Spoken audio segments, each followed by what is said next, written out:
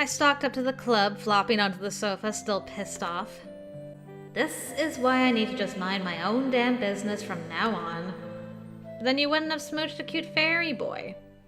I yanked out my books and journal, not even seeing the words as I flipped through them. I took a deep breath and let it out slowly, trying to calm down enough so I could focus.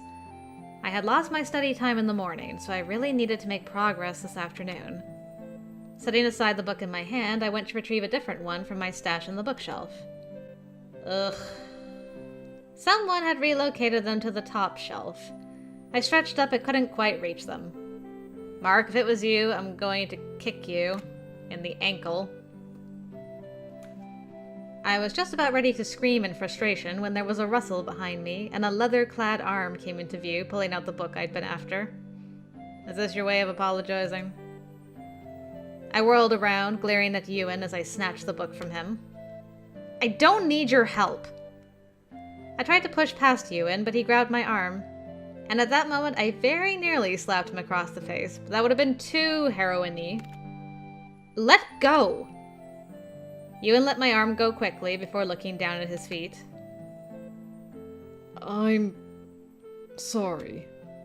What do you want? I wanted to apologize. I'm sorry for snapping at you. I shouldn't have. I know you were trying to help.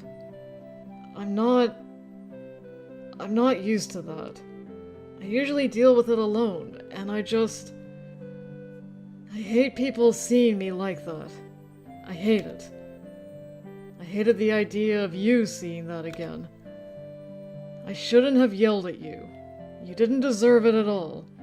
That was just my own frustration at the situation, and I shouldn't have taken it out on you or made it your problem.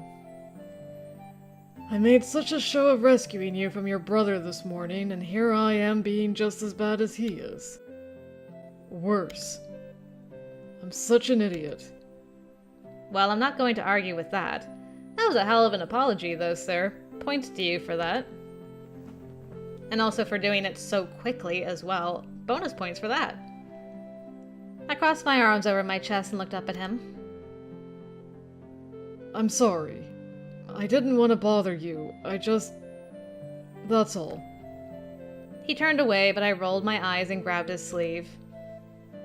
Listen. I'm sorry I butted in when maybe I shouldn't have. You just looked like you needed help. I probably should have found a less dramatic way to help. My brain doesn't always come up with the best ideas under pressure. No kidding. He sighed, a hint of red creeping into his face again. You are probably the only person I know who would try something like that. Yeah, it's a gift. I'm really sorry for being angry. Well, you're forgiven. This time.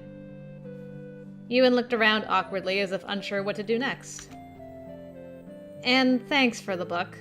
I mean, it's always nice to have a giant around to get the things on the top shelf. This is true. I'm not a giant. You're just short. Nope, I am definitely normal-sized. He chuckled softly. So we're okay? Yes. But next time you yell at me, I can't be blamed for kicking you in the shins. I'll remember that. I went back to the sofa, still feeling a little awkward, but glad he'd come to apologize. Ewan hesitated, then joined me. So, still researching? Yeah. I need to find a way to make friends with the brownie that lives in my house. Oh? Yeah, it hates my brother and is kind of being a brat about it, so... Do you happen to know how he made it mad? Not really. Fairies are pretty easy to offend, and they're notorious for their bad tempers. Oh really? I never would have noticed that. Every fairy I've ever met has been totally calm and collected the entire time. The brownie, Brenna, you... Very funny. I just...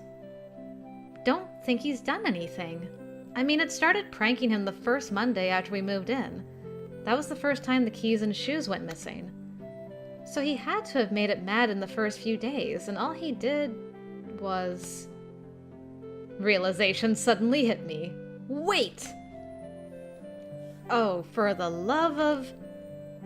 What is it? We have a fairy ring in our backyard, and on our first day in the house, Spencer was trying to provoke me and kicked some of the mushrooms over. Ewan facepalmed. That's probably what did it. Great. I'm not much of an expert with brownies, but I can help you look for a specific way to make it forget its little grudge. Really? Consider it my way of making up for being a huge jerk. Okay, let's see what we can find. The awkwardness slowly faded as he helped me look for something useful. He figured leaving gifts out might work, but he wasn't totally sure what would be the best kind since some gifts actually might make it mad. Still, having someone to help guide me through the research and offer a new perspective was so much nicer than working alone. We worked like that for the entire hour, and by the time it was time to go home, I'd nearly forgotten about our earlier spat entirely. Thanks, Boo. Ewan finally stood and stretched. I was amused at how close he came to touching the ceiling. So, ride home? Sure, just let me tell Allie. I pulled out my phone and sent a quick text to let her know I had a ride. I love that this is a regular thing. Hey, heading home with Ewan, that okay? Yeah, it's fine. I'm going to be late anyway. Wanted to bring Shelly to talk about sleepwalking. No time today. Sorry. It's fine. We'll do it tomorrow? Definitely tomorrow. We'll let you know when. By the way, riding with Ewan again. Shut up! Have fun! I rolled my eyes at her. Jeez, she was such a pain. Where go? Alright, come on. One freezing, somewhat terrifying ride later, we pulled up in my driveway. I wrestled the helmet off and handed it back to Ewan, my hair clinging weirdly to my head. I managed to climb off with a semblance of grace this time. Thanks. Again. No problem. See you tomorrow? Ewan hesitated. Are you... sure? I gave him a small smile. Yeah, well, I guess so. I couldn't see his face behind the visor, but he nodded before slowly riding back out into the street. I waited until he was gone before heading inside. Mom was in the kitchen, humming to herself, and for a moment I thought about going in and telling her what Spencer did that morning. But I was tired of fighting and shouting and bad news. Instead, I just called out to let her know I was home and headed upstairs. I mean, respect.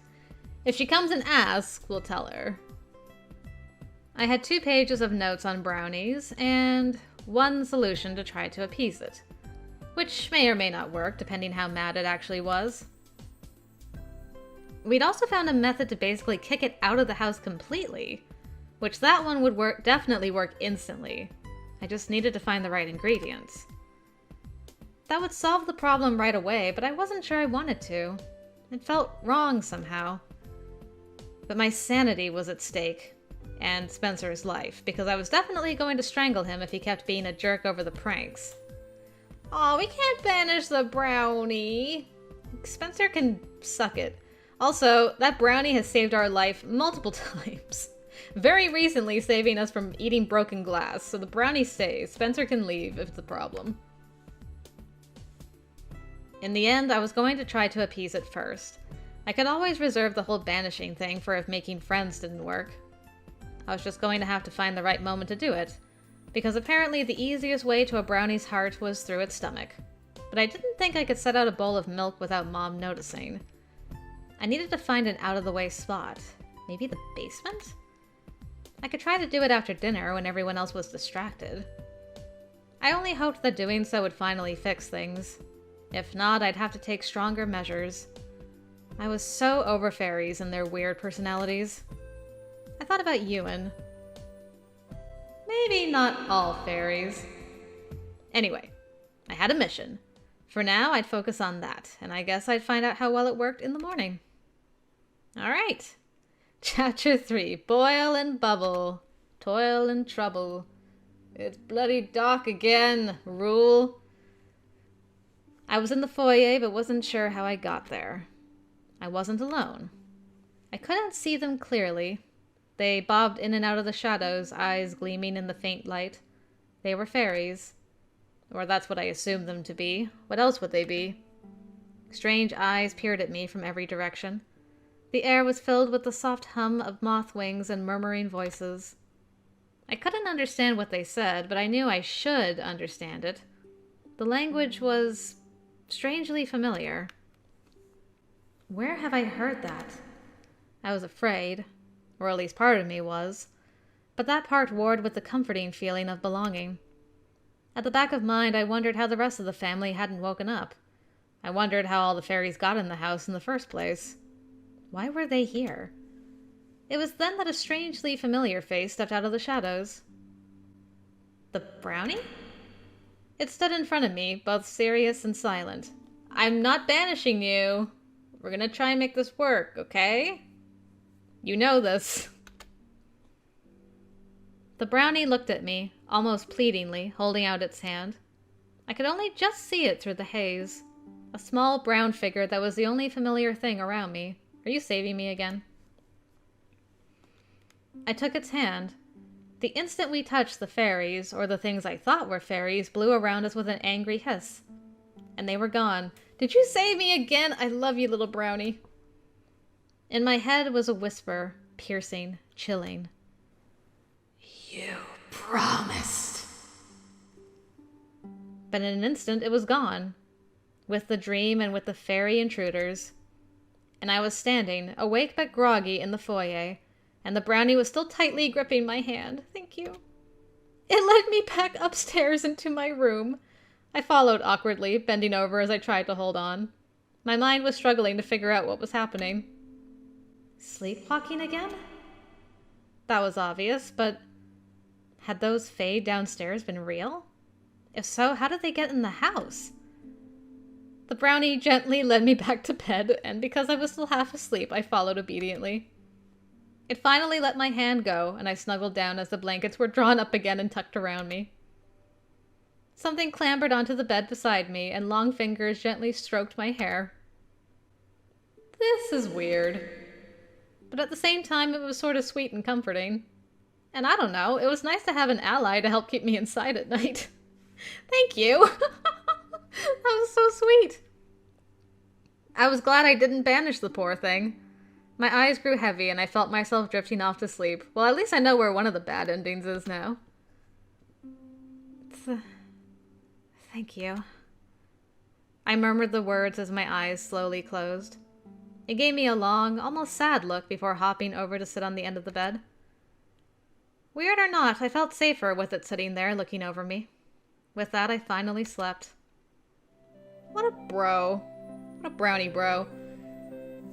It is interesting, because he's a fae. But, I mean, maybe he's not with the Unseelie court? And so he's trying to save her from that? Maybe. Or he's just a protective spirit. He's like, you are under my care now. I like you. My head was pounding as I sat up in bed. It felt like my eyelids weighed 50 tons, and there was nothing in the world I wanted more than to go back to sleep. But I had to get up. Mom had already shouted up for me, and I really didn't want to deal with questions about if I was getting sick. I was already leery about facing everyone this morning. Whatever had happened last night had already faded to that pleasantly fuzzy space between dream and memory. I couldn't quite remember it all, but I felt like I'd been wandering around the house quite a lot. And I don't know. I don't know what else happened. I rubbed at my eyes and rolled out of bed reluctantly. A quick stop in the bathroom revealed that I looked as bad as I felt. Man, I had to stop that sleepwalking and weird dream stuff, if only for the sake of my poor face. I wonder what helps with bags under the eyes. Cucumbers? Or something? Tea bags, too. I made a face at myself, then stopped to give myself a long, unhappy look in the mirror. Get your act together, girl. I was looking forward to Allie and Shelley helping find a solution for this stuff. I threw on my clothes and shoved everything in my book bag before heading downstairs. Spencer was sitting at the kitchen table, his face looking pretty tired, as if he hadn't slept well either. Yes, I am noticing a common thread here. I really hoped that wasn't because he'd been watching me sleepwalk. That would be annoying, to say the least, not to mention extremely concerning. Talk about questions I don't want to answer. I side-eyed him as I poured myself a cup of coffee. The car keys were sprawled next to him on the table, so I assumed they either hadn't gone missing for a change, or that he'd already located them. Maybe the treat I'd managed to sneak to the basement worked? Ugh, I wanted to ask, but how to do it without starting a fight? Do I have to talk to him? No. No, I don't. I don't have to say any- I'm not- We agreed not to speak to each other anymore. You can talk to me if you want. I'm done. No. So I decided to just leave it. Lately, it felt like nothing good came from trying to talk to him. We always ended up fighting, and I was tired of fighting. Let him stew at the table and be grumpy uninterrupted. I sighed softly and got my things. I'd just go out and wait for Allie. Good. It felt so oppressive inside these days. Like a black cloud was hanging over everything. Like the smallest thing would set off another argument. I hated it. It was stifling. That thought gave me a slight pause. Stifling. I'd had that thought in my dreams as well, hadn't I? Was it possible the whole thing really was stress and I was just acting out some unconscious desire to get away from Spencer? I mean, fair. Though that didn't feel right either, to be honest. It felt like more than that somehow. And last night, I had the feeling there were definitely fairies involved in my dream, or whatever it was. Ugh, I don't know anymore. I didn't have time to ruminate on it. Allie's car pulled up in front and she waved at me through the window. I climbed in the car and flopped against the seat with a long, painful sigh. Good morning to you too, sunshine. I feel like death. You look like it. What happened? I think I was sleepwalking again. I don't remember what happened. Are you okay?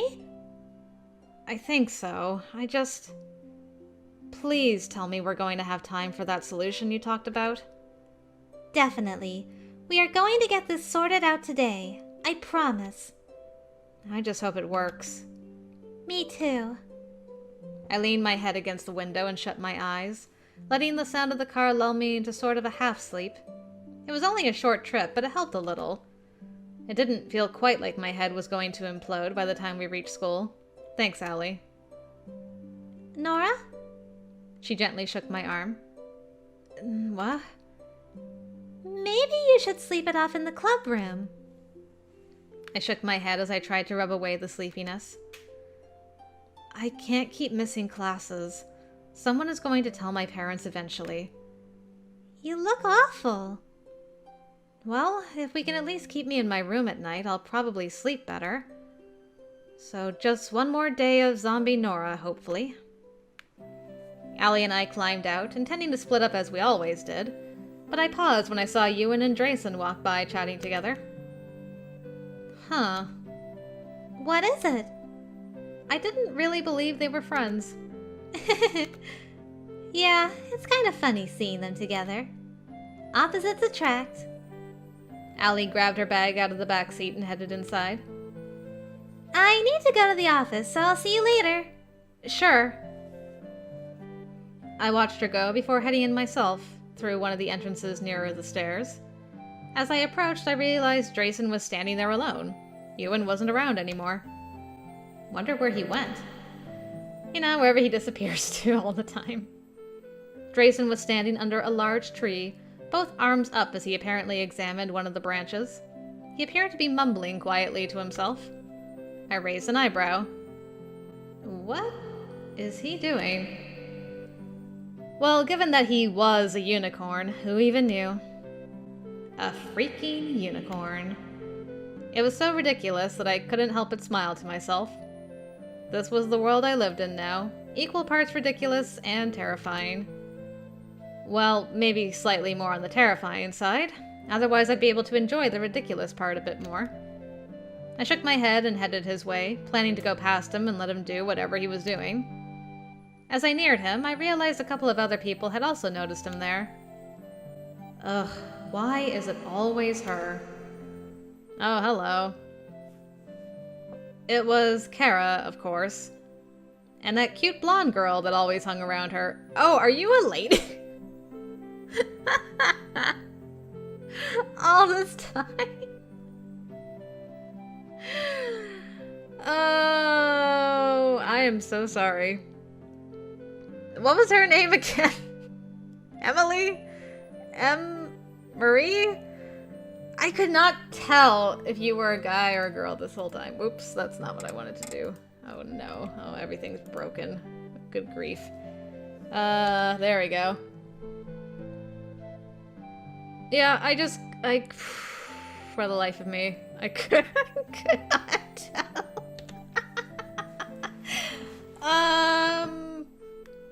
No, you know what, Emery? We are too far gone into this game. You're keeping your voice. I'm sorry. It's happening. Is he talking to the tree? What a weirdo. Jason didn't seem to hear them or pay them any mind, but it really irked me to hear what they were saying. Why were people like that? Jason wasn't hurting anyone. Why not just leave him alone? I scowled at the two of them as I passed. Is talking about other people your hobby or something? If so, you guys definitely need to find a new one. Maybe take up knitting or something? Nora! How did he hear me, but apparently not them? I shot him a smile as he bounded over to me. Hey, Jason. Wow, you're just bouncing around from guy to guy so desperately these days, aren't you, Nora? Jealous? I think I rolled my eyes so hard I sprained something. Bouncing around. Seriously? That is your chosen direction of attack. Okay. Sorry if you think having more than one male friend constitutes desperate bouncing. Whatever that means. Are you seriously forgetting that awkward kiss where you got completely rejected by Ewan? I mean, I'd want to forget about that too, but come on. Emery giggled softly. You kissed Ewan? I am going to strangle you, Kara. Drayson looked so horrified by that thought. I'm sorry, Drayson. I gave him a sheepish look. We were just rehearsing for a play, because that was definitely a believable line. Whoa, I thought Ewan totally stopped acting. You're the same as you've always been. I can't believe I thought you might have changed. Oh, you never thought that. You didn't even give me a chance. The first day I was back, you were sniping at me and spreading rumors. So stop with all this disappointed parent crap, Kara. You and your crazy brother should have just stayed away. Crazy?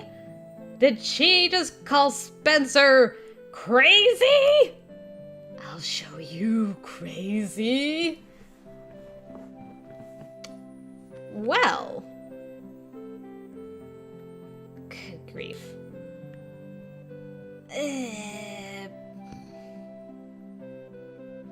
Look, only I get to talk crap about my brother. Nobody else. I'll make that very clear, Kara. As soon as she said that, I just snapped. This was just a repeat of middle school, but this time I wasn't going to let people talk about him like that. I stalked to Kara, and before she could say another word... Woo, girl! That's actually very satisfying. I drew my hand back and slapped her. What the heck are you doing? She tried to shove me away and get between me and Kara. Never call Spencer that. Ever! Kara stood there with her hand to her cheek, staring at me. Nora! He grabbed my arm and pulled me away. I let him because, well, I wasn't interested in a cat fight. But Kara had that coming. She had it coming. She had it coming all along. You're crazy too.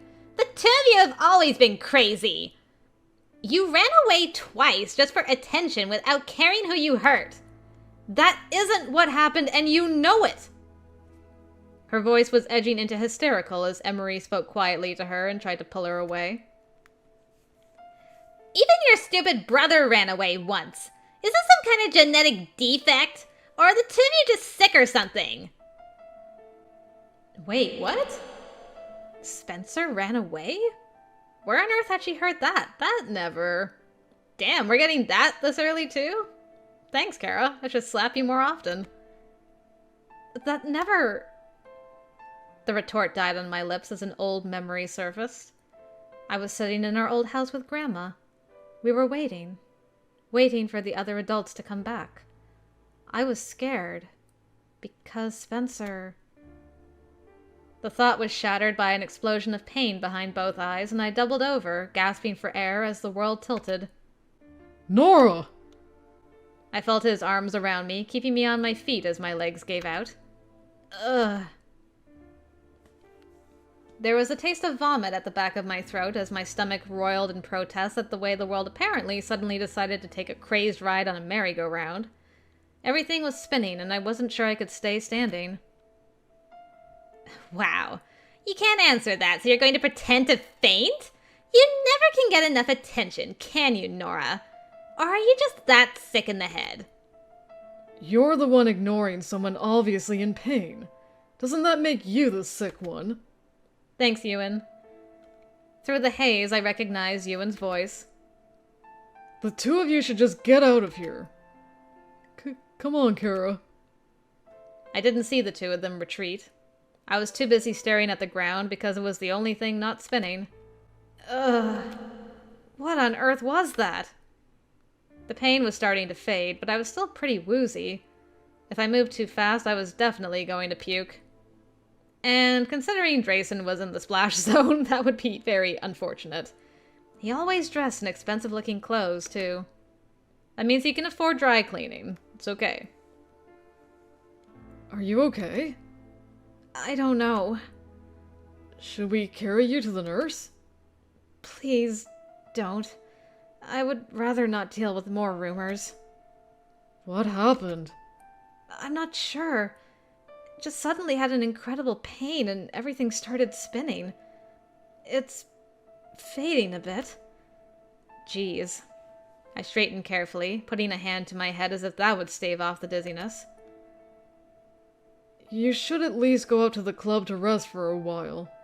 Velos can probably get you out of first period. Yeah. Okay. Maybe I should. What was that memory? It had already faded beyond recall again. Ewan and Drayson both walked with me up the stairs. Drayson was the one supporting me most of the way, though I wasn't totally sure I needed it. Thank you. That's very kind. But I didn't really want to tackle the stairs while dizzy, so I leaned on him just in case. Drayson quietly caught Ewan up on what happened before he'd shown up. I didn't have much to add, really. I just focused on making my wobbly legs work right. As soon as I got to the club, I sank onto the sofa and buried my face in a pillow. Why did I have to run into her first thing this morning? Not how I wanted to start my school day. Ewan joined me on the sofa with a soft sigh. I heard Drayson make an excuse and quietly leave the two of us alone. Thank you, Drayson. You're a good unicorn. You okay? Nope. Sounds like that was pretty intense. Well, she's had it out for me from the start. So, whatever. People are good at being cruel when they want to be. I finally looked up at Ewan, but his face was as inscrutable as ever. He wasn't wrong. And I guess, that didn't just apply to people like Kara. It applied to people like us as well. Kara's an annoyance, but just that. I don't know what happened out there. She'd said something and suddenly my head was hurting and I was dizzy. What did she even say? I don't really remember, to be honest. Weirdly, the whole thing is fuzzy after that. You've been pretty stressed out lately. Yeah. I really didn't think that could explain nearly passing out in the middle of a conversation. Then again, sleep deprivation could wreak some pretty nasty havoc, and I definitely had not been getting enough restful sleep of late. Yeah, maybe it was just that. Ewan stood and offered me his hand. What? Come on. Where? I took his hand hesitantly. He pulled me to my feet and, without answering, led me to the door. He knocked quickly, and we were soon stepping through to the courtyard. What are we doing here? You want to go to class? Not really. So let's stay here for a while. Is this where you usually spend time when you're skipping class? He shot me a long look. I don't skip every class. I just don't like literature. I had heard him and Mrs. Roberts talking about that, but he didn't know I'd heard them that day, so I didn't say anything about it. Good. It's my favorite subject, actually. Especially now. I mean, the plays, Shakespeare. I really enjoy it. It sounded like he enjoyed theater once upon a time, too. He didn't respond, but instead went to a spot on the other side of the courtyard under some of the trees there. He flopped down and patted the ground next to him. Let's talk about something else. Okay. I joined him, sitting and stretching my legs out next to his. Ewan snickered softly. If you're laughing at the size difference between our sizes, I'm gonna smack you. You better not be laughing at... How short your legs are? I'm not short! You're just a giant! Aren't fairies supposed to be tiny? He smirked down at me. You are the worst! Like you. Don't make me test how easy it is to knock that head off. He laughed quietly. So scary. He picked a few blades of grass, twisting them between his fingers. You should know by now. Fairies are nothing like the stories. Nothing like Peter Pan or Sleeping Beauty. Yeah, I noticed. Though I mean, the whole flying with happy thoughts thing would be kind of fun. Only if you have enough happy thoughts to fuel you. Something about the way he said that gave me a pause. I watched him out of the corner of my eye as he stared down at his hands. I wondered why he was like this sometimes. I knew the head thing was weird and frustrating, but I don't know, was it really that bad? You don't think you'd have enough? Happy thoughts, I mean? He shrugged. Maybe a few years ago. Not so much anymore. Was it really that bad? Whatever happened when you turned into a full-fledged fae? He shot me a sharp look, but I just held my hands up awkwardly. It's fine if you don't want to talk about it. It just makes me nervous. I drew my legs up to my chest. You're more experienced with this stuff than I am, but it seems like it's had a really negative effect on your life. I'm just now going through all this weird awakening stuff, so seeing you like this just makes me worry about what's in store for me. Ewan flung the bits of grass away and leaned back against the tree. I don't think you'll have to deal with what I dealt with. Your dad's not a Dullahan, after all. No, but whatever apparent fae ancestor I had could have been anything. I mean, what if I sprout a tail or something? That's going to be hard to hide from my mom. What am I gonna look for here in the journal? Tails?